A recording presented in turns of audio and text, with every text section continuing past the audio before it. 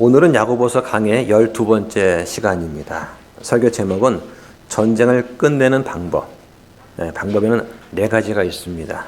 이거에 대해서 오늘 말씀을 드리려고 해요. 학창시절에 역사 교과서에서 배웠던 것 중에 우리나라는 5,000년 역사 동안에 999의 전쟁을 치렀다라는 그런 글을 본 적이 있습니다. 그게 정확한지는 모르겠지만 어쨌든 교과서에 실렸으니까 어느 정도 신빙성은 있을 거라고 생각이 됩니다. 그 말대로라면 5년에 한 번씩은 크고 작은 전쟁을 치르며 살아왔다고 해도 과언이 아닙니다. 여러 가지 평화 조약이나 세계 평화기구 등에도 불구하고 인류의 전쟁은 너무나 자주 일어나는 것이 사실입니다. 지금도 러시아하고 우크라이나가 1년 가까이 전쟁을 하고 있습니다. 이러한 국가 간의 전쟁뿐만 아니라 삶 속에서도 이런저런 전쟁이 일어나고 있습니다. 심지어 주유소에도 가스 전쟁이 있습니다. 얼마 전에 요소수 대란이 일어났습니다. 주유소마다 어려움이 있었어요. 또 지난 주만 해도 화물차 운행 거부라는 연대 파업으로 인해서 시민들과 기업들이 막대한 피해와 불편을 겪었습니다. 예전에는 파업을 하면 정부에서 다 들어주는 그런 형태였지만 이번 정부는 법과 원칙에 따라 운영을 하고 파업하는 사람들도 이 기존의 세대와는 다르게 이 MZ세대의 생각의 변화라고 할까요? 파업을 해서 얻는 이익이 별로 없다는 것을 알게 되었습니다. 그 명분 없는 파업에 동참하기를 거부하다 보니까 어느덧 안정을 되찾게 되었습니다. 이 제로섬 원칙이라는 것이 있어요. 하나를 더하고 하나를 빼서 0이 되는 거예요. 내가 하나를 얻기 위해서는 하나를 포기할 줄 알아야 됩니다.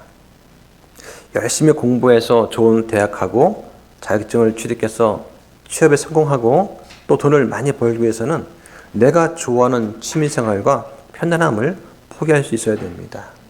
내가 주께 영광을 돌리기 위해서 이 춥고 먼 길을 오기 위해서 내 편안함을 포기할 수도 있어야 되는 것이죠. 놀면서도 공부 잘하고 돈 잘 버는 사람이 있습니다. 하지만 극소수예요. 모든 사람이 그럴 수는 없습니다. 그런데 나만은 그럴 수도 있다라고 생각하는 게 문제예요. 이것도 얻고 저것도 얻기 위해서 상식과 합리를 벗어난 몰지각한 형태가 만연해 왔습니다. 인맥과 지혜를 이용해서 부동산을 매입하고 폭리를 취하는 것이 용납되는 그런 사회는 정의로운 사회가 아닙니다. 때를 쓰고 불법 파업을 통해서 이익을 취하려는 욕심을 많은 사람이 알게 되었습니다. 이것 또한 공정한 사회가 아니에요. 더 이상 그런 게 통하지 않는다는 것을 이번에 많은 사람이 알게 되었습니다. 누이 좋고 매부 좋고 꼭 먹고 알 먹고 하는 그런 속담이 말하듯이 한국의 사회는 일석이조를 얻으면 지혜로운 거라고 생각을 하는 것 같습니다. 남한테 피해를 안 주면서 그러면 좋다고 할 수 있습니다. 그러나 문제는 남한테 피해가 발생하는데도 나만 아니면 된다. 걸리지만 않으면 된다. 걸려도 실제로 내가 불이익을 당하기 전까지는 버티고 우기는 그런 행태는 사라져야 됩니다. 지난 시간 설교에 비춰보면 그것은 땅에 속하는 지혜, 마귀의 지혜라고 할 수 있습니다. 오늘 본문에서 야고보는 전쟁에 관해서 이야기를 합니다. 야고보는 세상에서 벌어지고 있는 3가지 유형의 전쟁이 있다라고 말을 하면서 이러한 전쟁을 멈추려면 어떻게 해야 되는가 하는 것을 오늘 말씀을 드리려고 합니다. 3가지 유형의 전쟁 중에서 첫 번째는 서로 간의 전쟁이 있습니다. 심지어 기독교인들 사이에서도 전쟁이 있어요. 오늘 본문 1절 보십시오. 너희 가운데서 전쟁과 싸움이 어디서 오느냐? 너희 지체들 속에서 싸우는 너희 정욕들로부터 나지 아니하느냐고 합니다. 여기서 정욕이라고 하는 것은 영어로 lust라고 그래요. 원래 이 말의 원뜻은 뭔가 내가 간절히 바라는 것입니다. 이것만 가지고는 나쁜 뜻이라고 하시기가 어렵습니다. 한번 신명기 말씀 볼까요? 신명기 12장 15절을 보겠습니다. 그럼에도 불구하고 너는 주 내 하나님께서 내게 주신 그분의 복에 따라 내 혼이 무엇을 원하든지 내 모든 성문 안에서 그것을 잡아 고기를 먹을 수 있나니 부정한 자든 정결한 자든 수노루와 수사슴을 먹듯이 그것을 먹을 수 있으나 여기 보니까 내 혼이 무엇을 원하든지 해당하는 말이 러스트예요. 원래 이 러스트라는 말은 나쁜 뜻이 아니었습니다. 그런데 사람의 성정이 타락을 한 후에는 이 러스트가 어떻게 변했냐? 세상을 향한 욕망을 가리키는 말이 되었습니다. 그 대개는 육체적인 음욕을 품은 욕망을 가리키는 말로 지금 사용되고 있어요. 그래서 갈라디아서 5장 17절에 보면 성령님에 의해서 새로워진 마음이 원하는 것들이 뭐냐? 육신적인 약한 욕망을 대적하고 정복하라는 것이라는 말씀이 있습니다. 한번 찾아볼까요? 예, 갈라디아서 5장 17절 보겠습니다. 육신은 성령을 대적하여 욕심을 부리고 성령은 육신을 대적하나니 이 둘이 서로 반대가 되므로 너희가 원하는 것들을 너희가 할 수 없느니라. 여기서 말하는 욕심을 부린다는 이 말이 러스트에 해당하는 그런 말입니다. 그런데 구원받지 못한 사람들, 믿지 않은 사람들은 이러한 욕망의 제재를 받지 않습니다.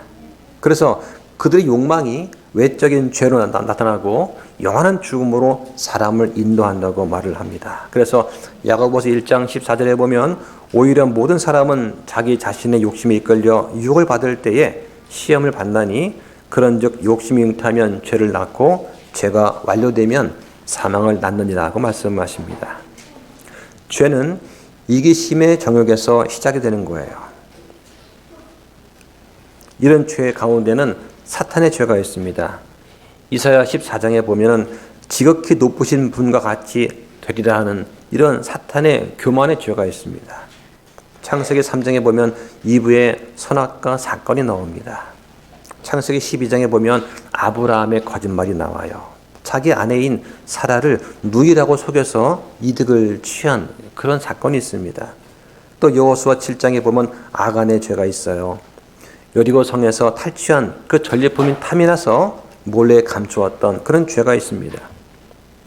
많은 경우 우리는 이 정욕이라고 하는 것, 이기심이라고 하는 것을 영적이라는 명분으로 숨기고 서로 싸울 때가 있습니다.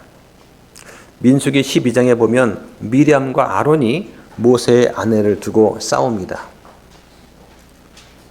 미리암은 모세의 누이였습니다. 근데 미리암이 이 비방하는 주동자였어요. 그래서 그녀 이름이 먼저 언급이 됩니다. 그래서 미리암과 아론이 이 모세의 아내인 십보라의 출신과 인종과 민족에 대해서 비방을 합니다. 모세는 미디안에서 제사장의 딸 십보라와 결혼을 합니다. 그런데 민수기 12장 1절에 보면 모세가 결혼한 여인을 에티오피아 여인이라고 말을 합니다. 이 에티오피아라는 것하고 이 미디안은 같은 함족의 일종이에요. 미디안은 이스마엘의 후손입니다. 피가 절반 섞여 있어요. 그런데 미리암과 아론은 모세를 비방하기 위해서 그 아내를 보고 에티오피아인이다 라고 말을 한 겁니다. 이걸 비유한다면 한국 사람과 일본 사람이 결혼해서 아이를 낳았을 때 한국에서는 그 아이를 외놈이라고 부르고 일본에서는 조선징이라고 부르는 것 같은 그런 거예요. 이 미리암이 모세의 아내를 두고 이렇게 비방을 한 이유는 뭐냐? 여러 가지 추측이 있습니다. 근데 가장 유력한 것은 모세의 탁월한 그 리더십에 대한 질투 때문이라고 민수기 12장 1절과 2절에 나와 있습니다. 결국 미리암은 나병에 걸립니다. 치유될 때까지 일주일 동안 전체 진영이 움직이지 못하고 이동하지 못하는 그러한 결과를 초래하게 됩니다. 또 민수기 16장에 보면 고라의 반역 사건이 있어요.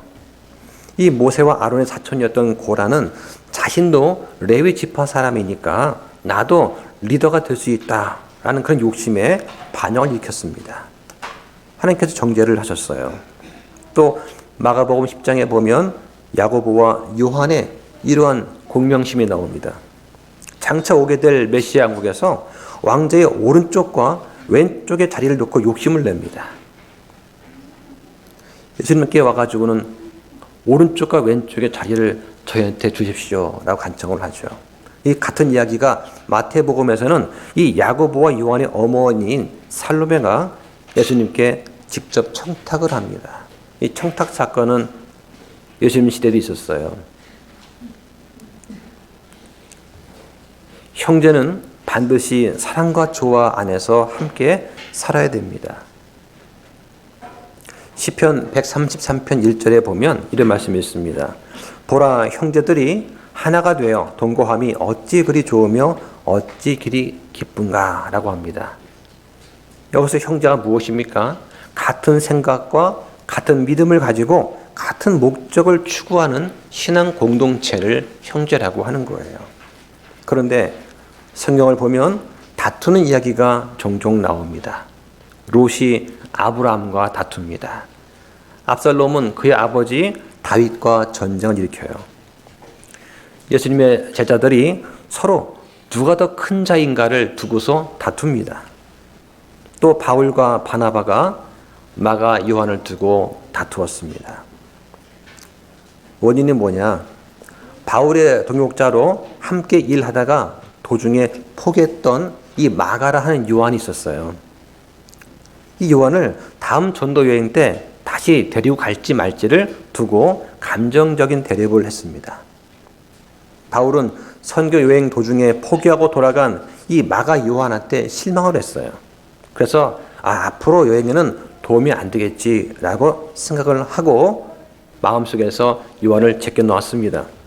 근데 이 바나바는 자신의 조카인 이 마가 요한을 바울이 저렇게 홀대하는 것을 보고 감정이 상했어요. 그래도 내 조카인데 내 조카인 마가 요한을 저렇게 홀대할 수가 있나? 저 고집센 바울이 같으니라고 하면서 바울한테 실망을 했습니다. 그래서 결국 서로 갈라지게 됩니다. 이렇게 정욕과 이기심이 가져오는 결과는 회중이 분열되는 것입니다. 나중에 어떻게 됩니까? 이 마가라는 요한이 바울의 동역자가 되어서 바울 사역에 많은 도움을 줍니다. 그 바울이 마가한테 감사하게 되죠. 그 마가가 나중에 마가복음을 기록하게 됩니다. 심지어 신약의 교회 안에도 종종 문제가 있었어요. 고린도에 보니까 형제들이 서로 소송을 하고 있었습니다. 그래서 고린도서 6장에 보니까 교회 내에서 해결해 마땅한 일을 세상의 법정에서 다투었습니다. 제가 대학생 때 다니던 교회 목사님이 갑자기 소천하셨어요. 다음 누가 될 것인지 후계자를 정하지 않은 상태였습니다. 그래서 장로님들 10분이 5대5로 나뉘었습니다. 기도원 들어가서 일주일 동안 금식 기도가 나왔습니다. 각자 응답 받았대요. 이쪽 그룹은 A 부목사를 목사 추대하자. 이쪽 그룹은 B 목사를 추대하자. 서로 응답 받았답니다. 결국 그 교회가 분열이 돼서 법정까지 갔고 뉴스에도 크게 나왔습니다. 갈라디아에서는 형제들이 서로 물고 삼키고 있었다고 갈라디아서 5장 15절에 말합니다. 빌립보에서도 유오디아와 순두계라는 두 여자가 사좋게 지내지 못했다고 말을 합니다. 야고보는 서신에서 형제들 사이에 일어날 수 있는 여러 종류의 갈등을 이야기합니다. 야고보서 2장에는 부자와 가난한 자의 갈등이 있어요. 5장에는 고용주와 고용인의 갈등이 있습니다.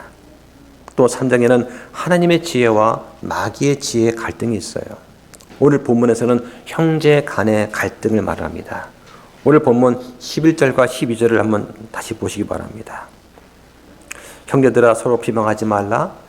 자기 형제를 비방하며 자기 형제를 판단하는 자는 율법을 비방하며 율법을 판단하는 자니라. 그러나 만일 내가 율법을 판단하면 율법을 행하는 자가 아니요 판단하는 자니라. 한 입법자가 계시는데 그분께서는 구원하실 수도 있고 멸하실 수도 있느니라. 남을 판단하는 너는 누구냐? 라고 하십니다. 여기 보면 서로 비방하지 말고 서로 판단하지 말라고 말씀을 합니다. 이런저런 이유로 해서 우리는 쉽게 전쟁을 합니다. 그 왜 전쟁을 합니까? 야고보는 이 진행 중인 이 두 번째 전쟁을 설명하면서 이 질문에 답을 하고 있습니다. 두 번째 유형의 전쟁은 우리 내부의 전쟁이에요. 우리가 서로 전쟁을 하는 이유가 뭐라고 합니까? 1절을 다시 보십시오. 너희 가운데서 전쟁과 싸움이 어디에서 오느냐? 너희 지체들 속에 싸우는 너희 정욕들로부터 나지 아니하느냐 하십니다. 교회와 다른 곳에서 전쟁을 일으키는 원인은 정욕입니다. 즉 마음의 전쟁입니다. 권력이나 소유물 같은 이 정욕을 만족시키기 위해서 타인과 싸우게 됩니다.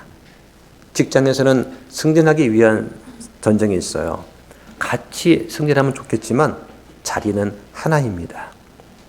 사이좋게 그 일을 함께하면 참 좋겠는데 내가 주도하고 싶은 마음이 내 안에 있어요.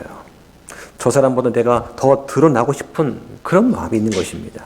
문제의 핵심은 바로 이러한 이기심이에요.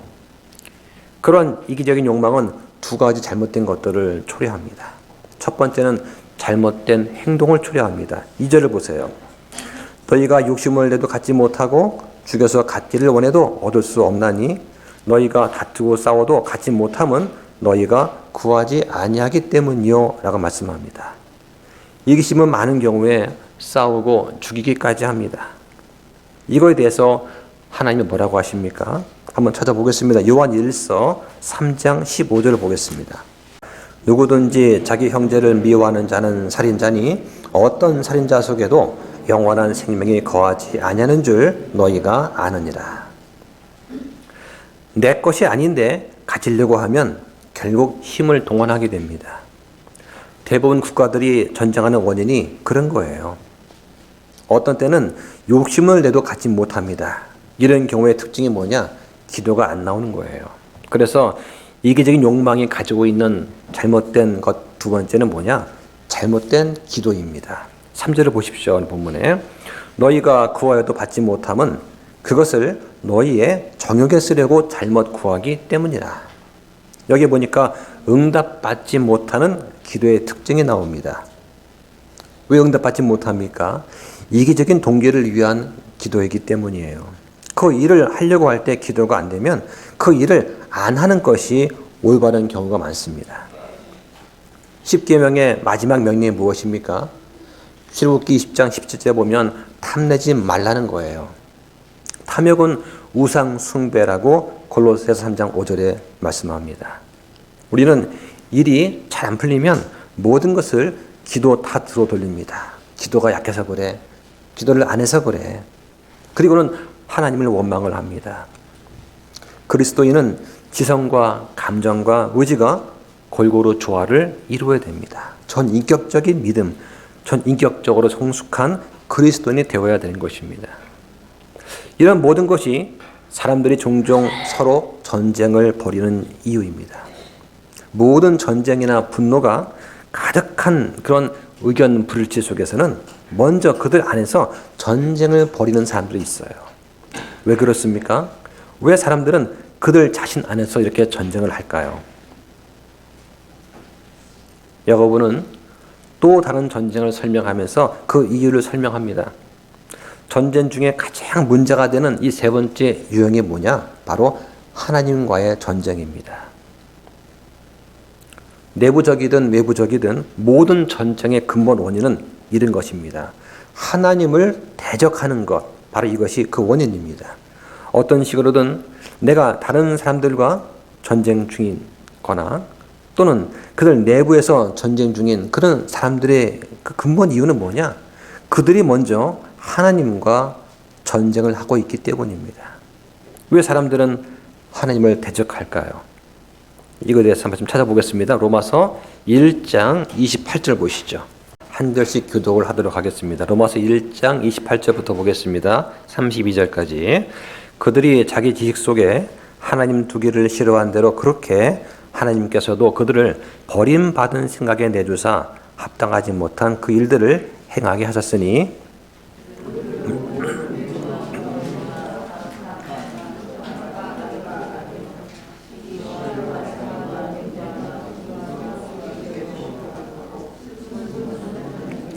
뒤에서 헐뜯는 자들이며 하나님을 미워하는 자들이요 업신여기며 교만하고 자랑하는 자들이며 악한 일들을 꾸미는 자들이요 부모에게 불순종하며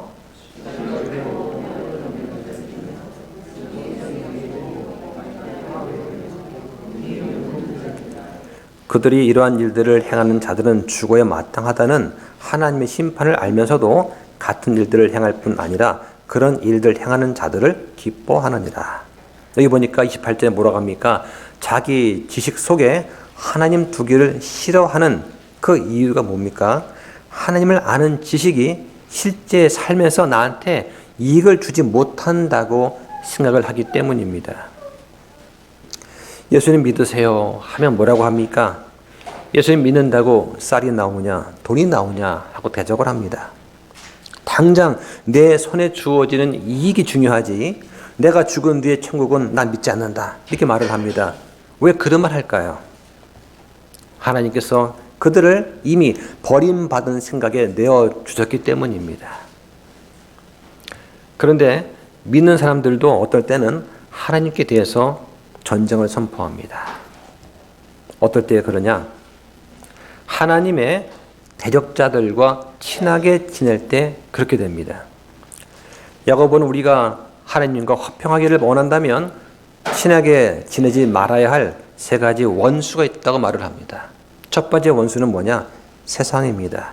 오늘 말씀 4절을 보세요. 너희 가늠하는 남자들과 가늠하는 여자들아 세상과 친구가 되는 것이 하나님과 원수 되는 것인 줄 너희가 알지 못하느냐. 그러므로 누구든지 세상의 친구가 되려는 자는 하나님의 원수니라고 합니다. 지금 이 야고보서를 받는 수신자는 누구입니까? 히브리 그리스도인입니다. 또 신약시대의 모든 성도입니다. 지금 이 말씀은 믿지 않는 사람들이 아니라 믿는 자한테 주시는 말씀이에요. 다시 말해서 믿는 사람들이 이러한 행동을 하기 때문에 주시는 말씀입니다. 하나님의 원수인 이 세상과 믿는 자들이 친하게 지내기 때문에 경고하시는 말씀이에요. 하나님이 싫어하는 것을 내가 좋아하게 되면 그 순간 나는 하나님과 전쟁을 하는 것입니다. 하나님을 대적하는 인간 사회를 좋아하는 것을 하나님은 미워하십니다. 어떤 행위나 믿음이나 생각 그런 것들이 하나님의 적이 되고 그리스도의 적이 되는 거예요. 이런 것들과 친구가 되면 어떻게 됩니까? 바로 하나님의 원수가 되는 것입니다. 다시 말해서 영적으로 가늠한 사람이 되는 거예요. 그래서 예레미야나 예스겔, 호세아 등을 보면 하나님의 백성의 가늠한 행위를 볼 수 있습니다. 심지어 성도들도 하나님을 대적하는 삶을 살 수 있어요. 그 대표적인 예가 디모데후서 4장 10절의 데마입니다. 또 솔로몬도 그러한 면을 보여주었어요. 세상과 친구가 되는 것은 다시 말해서 세상의 풍조대로 살려고 하는 것입니다. 하나님은 세상에 동화되지 말라고 로마서 12장 2절에 말씀하십니다. 그럼 이런 사람들의 미래는 결국 어떻게 될 것인가? 한번 찾아보겠습니다. 고린도전서 3장 13절부터 15절 보시죠.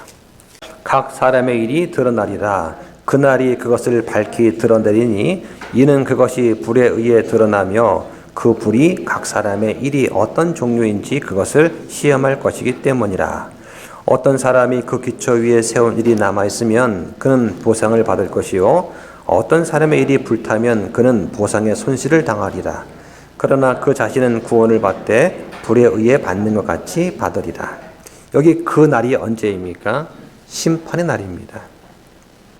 그리스도의 심판석 앞에서 우리는 회개 보고를 하게 됩니다. 근데 그때 각 사람이 한 그 일이 불타면 보상의 손실이 있다고 말씀을 합니다.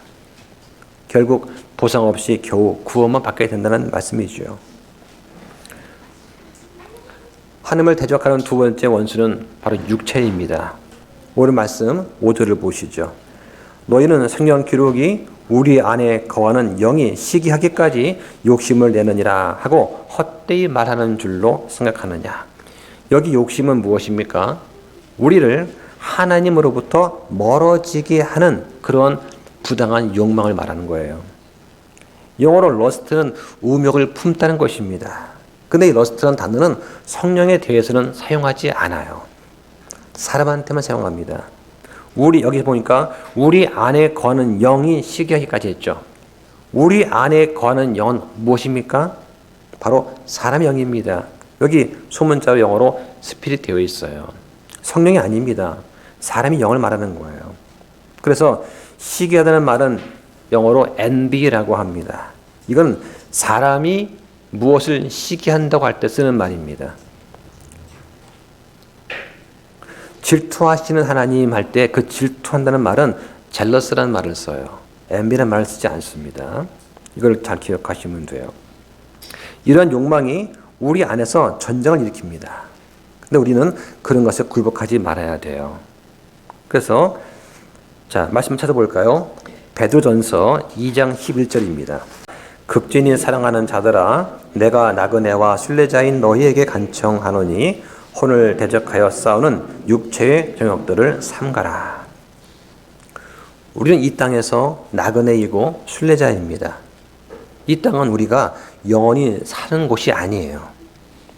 그래서 혼을 대적하여 싸우는 이 육체의 정욕들은 바로 성령님께서 우리가 그렇게 되기를 바라고 또 행하기를 바라시는 그런 것들과 직접적으로 부딪히는 그런 것들입니다. 육체 욕심에 복종하면 어떻게 됩니까? 하나님과 성령님을 거스리는 그런 자가 되는 것입니다. 우리는 거룩히 구별된 성도라고 하는 것을 잊으면 안 되겠습니다. 자, 또 세 번째 원수는 누구냐? 바로 마귀입니다. 오늘 본문 6절과 7절을 보세요. 6절에 그러나 그분께서 더 많은 은혜를 베푸시나니 그러므로 그분께서 이르시되 하나님은 교만한 자들은 물리치나 겸손한 자들에게는 은혜를 베푸느니라 하시느니라. 그러므로 하나님께 복종하라, 마귀를 대적하라. 그러면 그가 너희에게서 도망하리라. 여기 교만은 마귀의 가장 큰 유혹입니다. 교만에 빠지면 마귀의 친구가 됩니다. 그리고 하나님의 원수가 돼요. 교만이 무엇입니까? 내 마음속에 우월감을 가지고서 언제나 내가 중심이 되기를 바라는 것, 이것이 교만입니다. 이런 교만한 자의 특징이 뭐냐? 다른 사람은 다 알고 있어요. 저 사람 교만하다는 것을. 그런데 본인만 자신이 교만한 것을 모릅니다. 그런데 이것을 알려주면 그러면 화를 내요.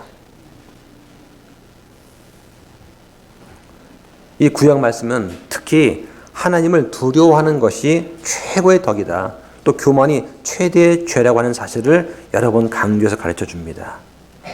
왜냐하면 이 교만은 하나님께 속한 권리를 내 것으로 취하려고 하는 그런 것이기 때문입니다. 하나님은 교만한 자를 낮추세요. 예수님은 누구든지 자기를 높이는 자는 낮아진다고 말씀하셨습니다. 베드로도 하나님이 교만한 자를 대적한다고 말씀합니다. 이 구약의 대언자들은 개인의 교만뿐만 아니라 이 민족의 교만, 특히 이스라엘 민족의 교만을 지적하고 회개를 촉구했습니다. 사도 바울은 그리스 사람들의 교만을 보았습니다. 그리고 유대인들 특유의 교만도 보았어요. 이 교만한 사람들은 십자가를 반대하고 우습게 여깁니다. 자기 의를 세우려고 합니다. 하나님의 의에 순종하지 않습니다. 그 결과는 무엇입니까? 바로 멸망에 이른다고 로마서 10장 3절에 말씀합니다. 바울은 그래서 그리스도 예수님만을 기뻐하고 십자가 외에는 결코 자랑할 것이 없다고 말을 했습니다. 교만하면 결국 하나님을 의지하지 않게 됩니다. 내 능력과 내 소유를 의지하고 자랑하게 됩니다. 결국 내가 내 미래를 결정하는 것으로 착각을 하다가 낭패를 당하게 되는 것이죠. 그래서 패망 앞에 교만이 항상 있기 마련입니다. 그러면 이 하나님과 함께 화평을 누리는 방법은 무엇이냐? 첫째는 하나님께 복종하는 것입니다. 하나님과 화평을 누리는 것, 이것은 다시 말하면 전쟁을 끝내는 방법입니다. 여기는 네 가지가 있어요. 첫째는 하나님께 복종하는 것입니다. 7절 보시면 그러므로 하나님께 복종하라, 마귀를 대적하라. 그러면 그가 너에게서 도망하리라. 여기 복종이라는 말은 문자적인 뜻이 뭐냐면 적절한 위치, 적절한 지위에 오르다라는 뜻입니다. 군대 가면 이등병이 있고 또 장군이 있어요. 그런데 이등병이 장군처럼 행동하면 문제가 생깁니다. 이등병은 이등병 위치가 있는 거죠. 이렇게 자기의 적절한 위치에 있는 걸 갖다가 복종한다고 하는 것입니다. 하나님께 무조건 항복하는 것, 이것이 승리의 유일한 방법입니다. 다윗이 밧세바를 범했을 때 나단 대원자가 지적을 합니다. 그때 다윗 어떻게 합니까? 잘못을 지적받았을 때 바짝 엎드려서 자백하고 용서를 구했습니다.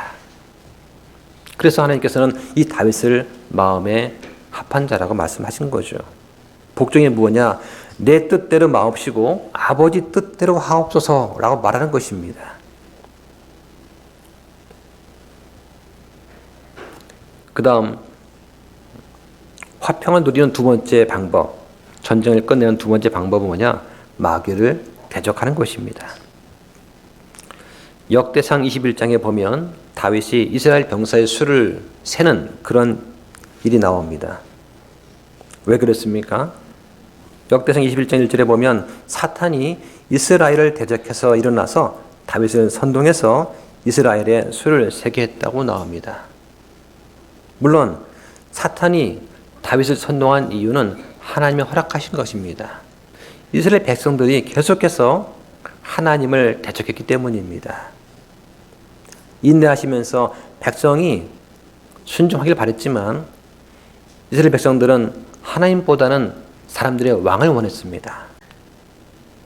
백성이 선택한 왕한테는 한 번도 불평불만하지 않고 반역하지 않았지만 하나님이 세우신 그 다윗한테는 계속해서 불평불만하고 대적을 합니다. 그리고는 이스라엘 백성을 갖다가 다스리기 위해서, 징계하기 위해서 이 사건을 일으키신 겁니다. 마귀는 사람이 겪고 있는 모든 전쟁의 배후에 있어요. 하지만 우리가 저항하기만 하면 마귀는 달아날 것입니다. 하나님과 화평하려면 세 번째는 하나님께 가까이 가셔야 됩니다. 오늘 말씀 8절을 보세요. 하나님께 가까이 가라. 그러면 그분께서 너에게 가까이 오시리라. 너희 죄인들아 너희 손을 정결하게 하라. 두 생각을 품은 자들아 너희 마음을 순결하게 하라고 하십니다. 우리는 적극적으로 하나님께 가까이 나가야 됩니다. 그러면 아버지께서 우리한테 가까이 오십니다. 그럼 어떻게 하는 것이 가까이 가는 것입니까? 첫 번째는 손을 정결하게 하는 것입니다. 다시 말해서 외적인 행위를 정결하게 하는 것입니다. 자기를 돌아보고 내 안에 죄들이 있나 없나 살펴보고 있으면 그 죄들의 고백을 통해서 죄사함 받아야 됩니다. 말씀을 묵상하고 성도들과 교제를 하면서 서로 권면하고 세워줘야 됩니다. 잘못한 게 있으면 일깨워줘야 됩니다. 또 함께 기도해야 됩니다. 이게 권면이에요. 잘못한 것을 무조건 덮어주고 잘했다고 하는 게 권면이 아니에요. 내가 오른쪽으로 가면 당연히 왼쪽에서는 멀어져야 되는 것입니다. 가운데 있으면서 내가 하나님의 오른쪽 가치를 추구할 수는 없는 것입니다. 부부도 오래 살면 같이 닮듯이 우리가 주님께 가까이 가면 우리는 주님의 성품을 담게 됩니다. 두 번째는 마음을 순결하게 하시기 바랍니다. 이것은 일편단심으로 하나님께 헌신하는 것을 말하는 것입니다. 영적인 간음자와 같이 두 마음을 품지 말라는 것이에요. 마지막으로 하나님과 화평하려면 주 앞에서 나 자신을 낮춰야 됩니다. 자, 말씀 9절을 보세요. 고난을 받고 애곡하며 슬피 울라. 너희 웃음을 애곡으로 너희 기쁨을 근심으로 바꿀지어다. 자, 이 말씀을 듣고 잘 이해가 되십니까? 이 말씀은 우리 성도가 비참한 삶을 살라 그런 뜻이 아니에요. 이것은 죄를 경홀히 여기면 큰 코 다친다는 것을 말씀하시는 것입니다. 죄는 중대한 문제입니다. 한 가지 주의할 것은 여기서 말하는 웃음과 기쁨이 뭐냐? 이 웃음과 기쁨은 죄 아래에 있는 삶을 말하는 거예요. 세상과 친구된 삶을 살 때 느끼게 되는 그런 웃음과 기쁨을 말하는 것입니다. 오히려 애곡과 근심, 이것이 그리스도께서 주시는 복된 삶의 기초가 됩니다. 마태복음 5장 4절에 보면 애통하는 자들은 복이 있나니 그들이 위로를 받을 것이기 때문이라고 말씀을 하세요. 그러니까 죄에 관해서만큼은, 죄에 대해서만큼은 근심하고 애곡하고 애통하는 마음을 가지라는 그런 말씀입니다. 그래서 시편 34편 18절에 보면 주께서는 상한 마음을 가진 자들한테 가까이 계시며 통회하는 영을 가진 자들을 구원하신다고 말씀하십니다. 시편 51편 17절에 보면 하나님께서 구하시는 희생물은 상한 영이라. 오 하나님이여, 상하고 통회하는 마음을 주께서 멸시하지 아니하시리이다. 회개하면 용서하신다는 거예요. 또 이사야 66장 2절에 보면 그 모든 것들을 내 손이 만들었으므로 그 모든 것들이 존재 왔느니라. 주가 말하노라. 그러나 나는 이런 사람, 곧 가난하고 통회하는 영을 가진 자, 내 말에 떠는 자를 보살피리라고 말씀을 하십니다. 그러므로 여러분, 애곡하고 근심하는 것, 적어도 죄에 대해서 슬퍼하고 애곡하고 근심하는 그런 것이 여러분에게 축복이 되기를 기도합니다. 우리는 하나님을 두려워할 줄 알아야 됩니다. 이어서 오늘 본문 10절을 보겠습니다. 10절에 주의 눈 앞에서 너희 자신을 낮추라. 그러면 그분께서 너희를 높이시리라 말씀합니다. 사람은 겉으로는 복종하는 척하면서 속으로는 겸손하지 않을 수 있어요. 우리가 죄에 대해서 애통하는 마음을 갖는 것, 그것이 우리가 하나님 앞에서 자신을 낮추는 그런 방법입니다. 이런 겸손의 최종적인 결과가 무엇이냐? 하나님께서 여러분을 높이시는 것입니다. 마지막으로 11절과 12절을 보겠습니다. 형제들아, 서로 비방하지 말라. 자기 형제를 비방하며 자기 형제를 판단하는 자는 율법을 비방하며 율법을 판단하는 자니라. 그러나 만일 내가 율법을 판단하면 율법을 행하는 자가 아니요 판단하는 자니라. 한 입법자가 계시는데 그분께서는 구원하실 수도 있고 멸하실 수도 있느니라. 남을 판단하는 너는 누구냐? 여기 11절에 서로 비방하지 말라고 합니다. 왜 그렇습니까?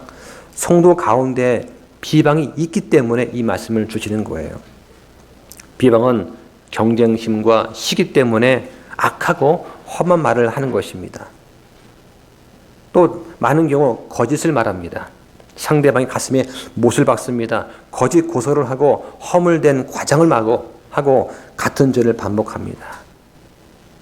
우리 교회가 세워질 때 많은 비방을 받았습니다. 그 이유가 무엇입니까? 교만과 야망과 이기심과 시기와 악의와 악한 양심이 그 원인입니다. 자기가 인정받고 드러나야 되는데 그렇지 못하니까 거짓말을 하고 비방을 한 것입니다. 이거에 대해서 그리스도의 심판석에서 바르게 다뤄질 것입니다. 성경은 비방하지 말라고 하는데 서로 비방을 하지 말라는 그 이유는 무엇입니까? 바로 우리 모두가 형제이기 때문입니다. 성도 간의 허물과 죄를 덮어주는 그런 것이 필요합니다. 죄를 지었으면 개인적으로 먼저 가서 용서를 구해야 됩니다. 그런데 그 때를 놓치면 그 다음에는 용서를 구하기가 어렵게 됩니다. 우리는 이 비방하는 것하고 바른 판단을 잘 구분해야 됩니다. 분별 혹은 판단은 꼭 필요한 것입니다. 그러나 비방은 안 되는 거예요. 왜 안 됩니까? 비방하면 내가 율법을 판단하는 사람이 되기 때문입니다. 내가 다른 사람을 마치 하나님처럼 재판하면 안 됩니다. 사람이 다른 사람의 모든 마음속의 동기를 파악한다는 건 불가능한 거예요. 그럴 수 있는 사람이 누가 있습니까? 그래서 우리는 항상 먼저 자신을 점검한 다음에 남을 판단하는 그런 자세가 필요합니다. 확실한 죄의 경우에는 교회에서 징계도 필요합니다. 그러나 비방이 나오지 않게끔 모두가 조심해야 돼요. 예수님의 기도를 한번 보겠습니다. 요한복음 17장 21절을 보시죠. 이것은 그들이 다 하나가 되게 하려 함이니이다. 아버지와 아버지께서 내 안에 내가 아버지 안에 있는 것 같이 그들도 우리 안에서 하나가 되게 하사 아버지께서 나를 보내신 것을 세상이 믿게 하옵소서. 교회 내에 다툼이 있는 건 사실이에요. 그러나 다툼을 피하려고 노력을 해야 합니다. 그리스도인으로서 바른 판단은 어떻게 하는 것입니까? 그리스도인은 모든 것을 판단할 수 있어야 됩니다. 우리 인생은 무엇이 옳은지 그런지에 관한 판단과 그런 분별로 가득 차 있습니다. 우리는 물건 살 때는 잘 비교하면서 판단합니다. 그런데 왜 성경과 교회와 교제의 문제는 판단하지 않습니까? 바르게 판단하고자 하는 그 마음이 있으면 바르게 판단할 수 있어요. 대신에 내 생각이 아니라 말씀으로 판단을 해야 됩니다. 할 때는 의로운 판단으로 판단해야 됩니다. 예수님께서 요한복음 7장 24절에 겉모양으로 판단하지 말고 의로운 판단으로 판단하라고 말씀을 하세요. 옷차림과 재산과 감정과 이익과 친분과 선호도를 근거로 판단하지 말고 말씀대로 판단하면 바르게 할 수 있습니다.